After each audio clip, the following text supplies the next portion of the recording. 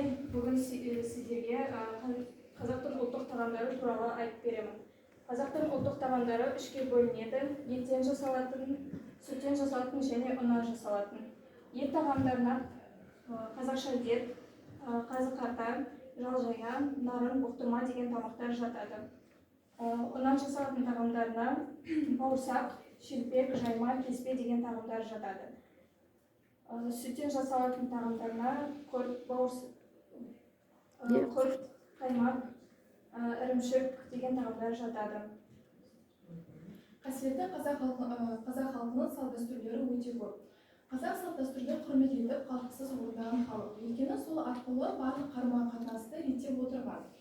Яғни көп мәселені дәстүр арқылы шешкен. Тұсаукесу ол сәби қаз тұра бастағанда тез жүріп кетсін деп, ала жүріп есіп, екі аяғына тұсап, сүрінбей жүретін адамға тұсауын кестіріп, қолына ұстап тез-тез жүгіртеді.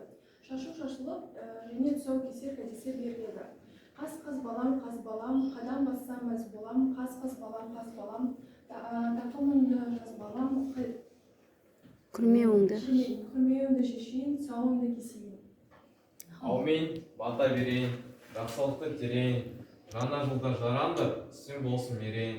Ұлысың оң болсын, ақмол болсын, қайда барса жол болсын, ұлыс бақты болсын, түріктілік ақты болсын. Ұлыс береке берсін, бәле жала жерге енсін, ниеттерің ақ болсын, Алла сізге жақ болсын. Аумин. Аумин. Рахмет сіздерге.